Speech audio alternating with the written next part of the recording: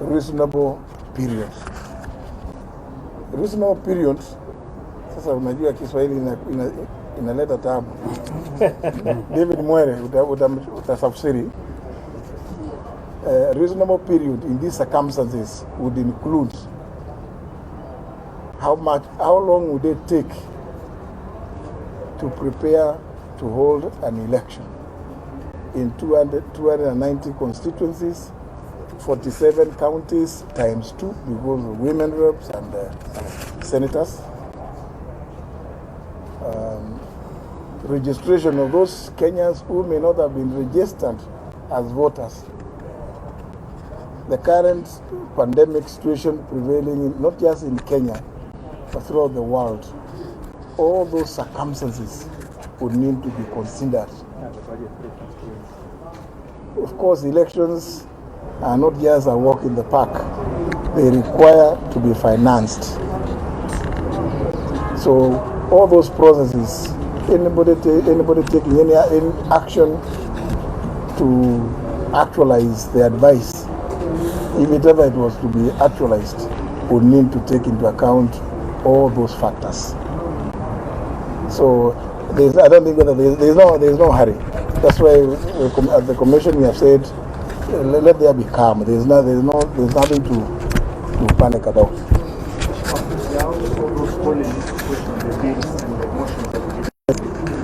After the CA announced the constitution and constitution, will they be still having the force of law?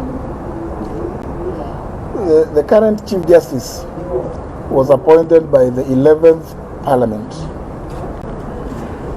It still did not have the 2/3. So are his actions lawful? Because it will mean that he was appointed by an unlawful house. So, I mean, some of these things really, we need to... Common sense. Yeah, we don't need to even deliver them. Mara si moja umezungumzia swala hili kusema kwamba si kazi ya bunge kuhakikisha kwamba kuna wawakilishi sawa katika nafasi za uongozi, lakini wengi hata wale ambao walienda mahakamani wanasema ni kazi ya bunge kufanya kuhakikisha hili linatimizwa. Na la pili kuhusiana na kusema kwamba PS itaelekea kwa mahakama kuu kupinga uamuzi huu, labda kabla ya hapo mpango yoyote labda kushauriana na rais kwanza, kwa sababu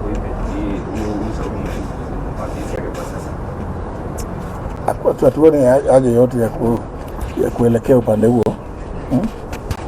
Na vile tunajua vile sheria huwa inatengezwa, inaanzia kutoka sehemu yoyote, kutoka kwa serikali, kutoka kwa hata raia.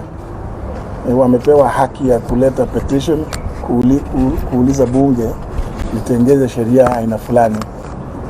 Ningetaka kujua kutoka kwa mtu yoyote, hata hao wenye walienda mahakamani, kama washaleta mjadala wowote in either of the houses of parliament requesting that a particular bill called the 2/3 gender rule be enacted. Everybody. And the requirement under Article 27 is the state. Surely, Parliament is not the only arm of the state. Yeah? It's not the only state organ. There are very many others, including the judiciary. Where we know the Chief Justice obviously knows very well that they are not compliant as well. So we think that this was precipitate action that shouldn't have been taken. Still, given the past decisions that have been taken by the courts over similar decisions, similar matter, and given the position of the Chief Justice as the head of the judiciary, do you feel confident that by going to the High Court, you will get justice? We are not fighting with the judiciary. Yeah, we are not fighting with the judiciary. Remember, the petitions that are in court. One of them is a very important one, because Article 102 of the Constitution provides that the term of each parliament expires at the election of another parliament. Yeah? So, and that is important. We need an interpretation. For those orders which were issued giving 60 days on 29th of March 2017, are they applicable to members who are not even members of parliament at that time? They have no, I mean, all these things need to be canvassed, and let's get some decision. Sawa. Oh, sorry. Thank you. Lawyers have said that any legislation or any sitting you may undertake in parliament is null. We have even passed the judicial, small courts, small claims courts, the hierarchy of courts, the Court of Appeal Act, the High Court Organizational Act. Have they been declared unconstitutional? Including the appointment of the Chief Justice himself. Yes. So surely, if we are the same Parliament that approved the Chief Justice and the Deputy Chief Justice appointment, their appointment, including the amendments they brought to us about the Judicial Service Act. So surely, they will come to us, we pass the law for them, and it is okay. But you are saying now any other law we pass is are they enjoying their finances, which we have appropriated to them through the Appropriations Act? If it is unconstitutional, let everybody pack up and go home. I mean, it can't just be Parliament becoming everybody is punching back. Surely it's not right. Asanteni. Thank you. Very well.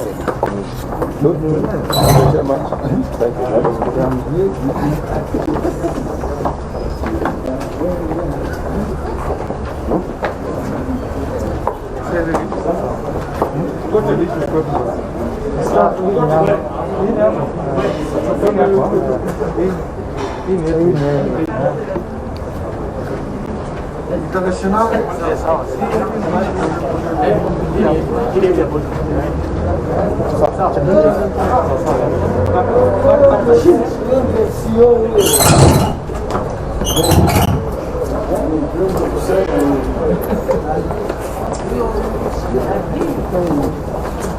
Kizia, nimeenda juu na kina Jeff.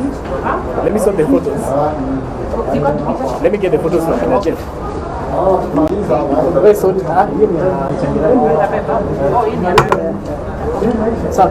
Yes, imeisha. Sasa taenda hivi. Twende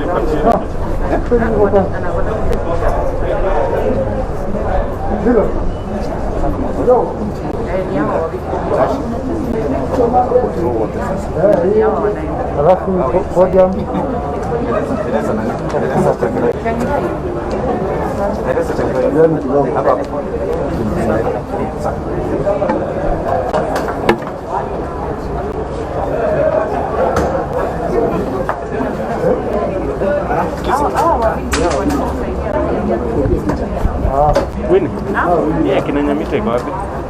Ya kina Nyamita? I have no idea. Media center? Ilifungwa ile ama Hapa hivi.